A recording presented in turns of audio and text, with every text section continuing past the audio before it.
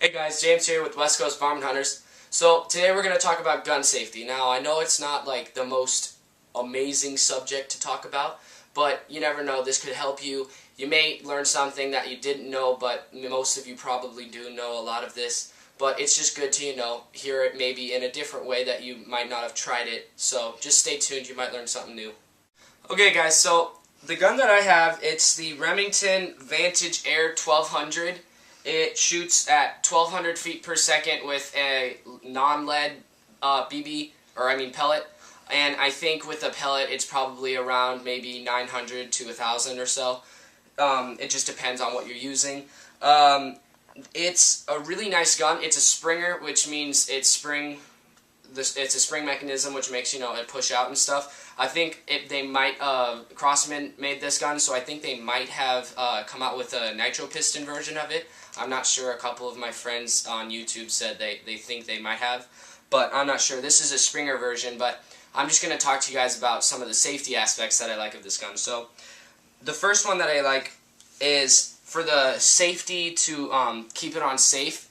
It's another trigger, so you just pull it back like that and it's on safe. You can't fire it at all. And then it's really nice because you can walk around it with on safe, and then you could keep your finger right here like what you're supposed to do, or down here, but normally I keep it right about here, and then all you got to do is just flick it up and then shoot.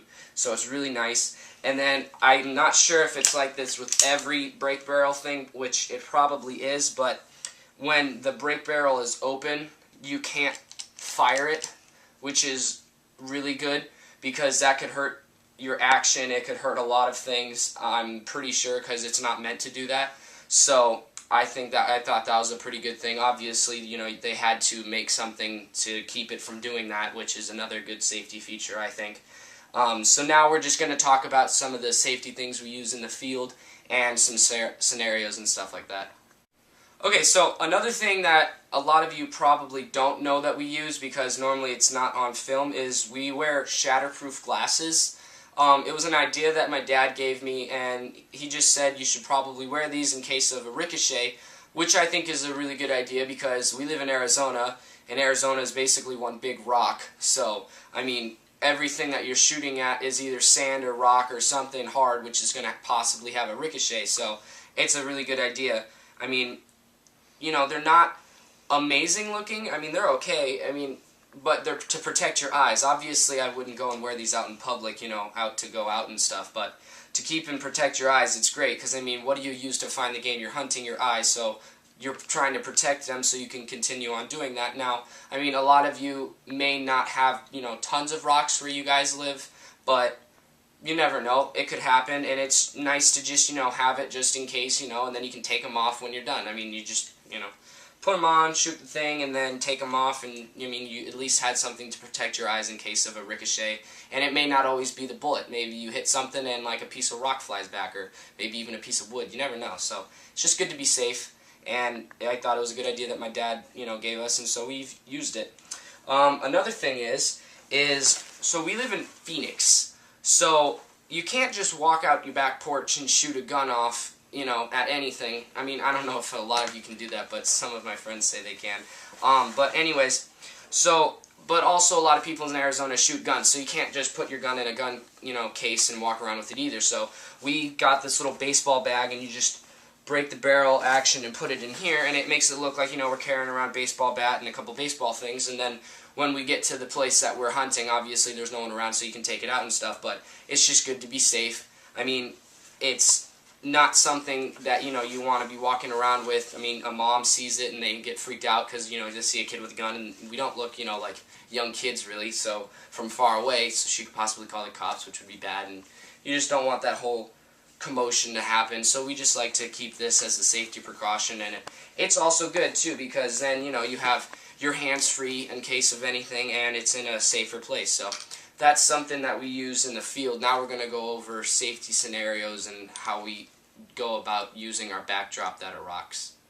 Hey guys, Wes here. Well, now we're going to tell you how to properly handle a gun. My dad was a Marine in the Marine Corps, and he served there for 6 years, so he taught me how to properly handle a firearm, and now I'm going to teach you guys. So, Basic rules really. First of all, treat every gun as if it is loaded.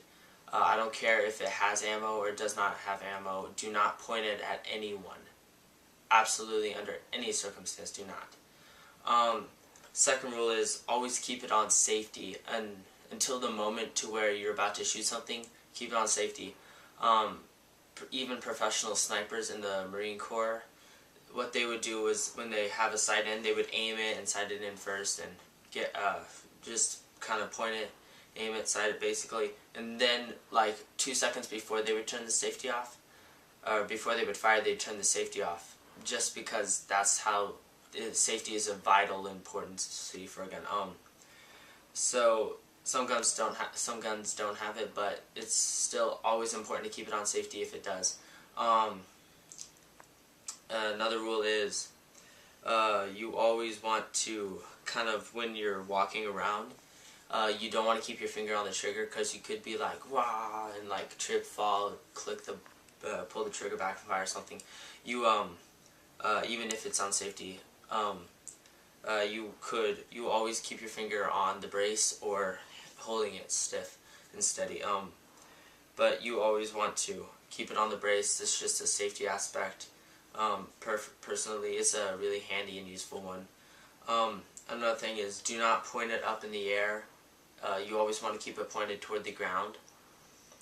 The reason being because if somehow you fire something in the air, it's going to come back down. It's not going to stay there, and it could hurt somebody or harm something. So you always want to keep it pointed toward the ground, away from anybody. So those are really just the basic, really useful gun handling tips. So I would honestly consider following them. I highly advise it, and those are our handling tips. Hey guys, Wes here.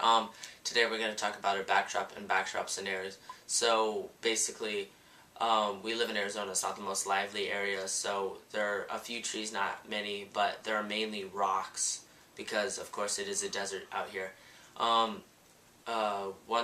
The main things we worry about here are ricochets, because they are metal bullets and they will easily ricochet off of like hard objects like rocks, which there are a lot out here.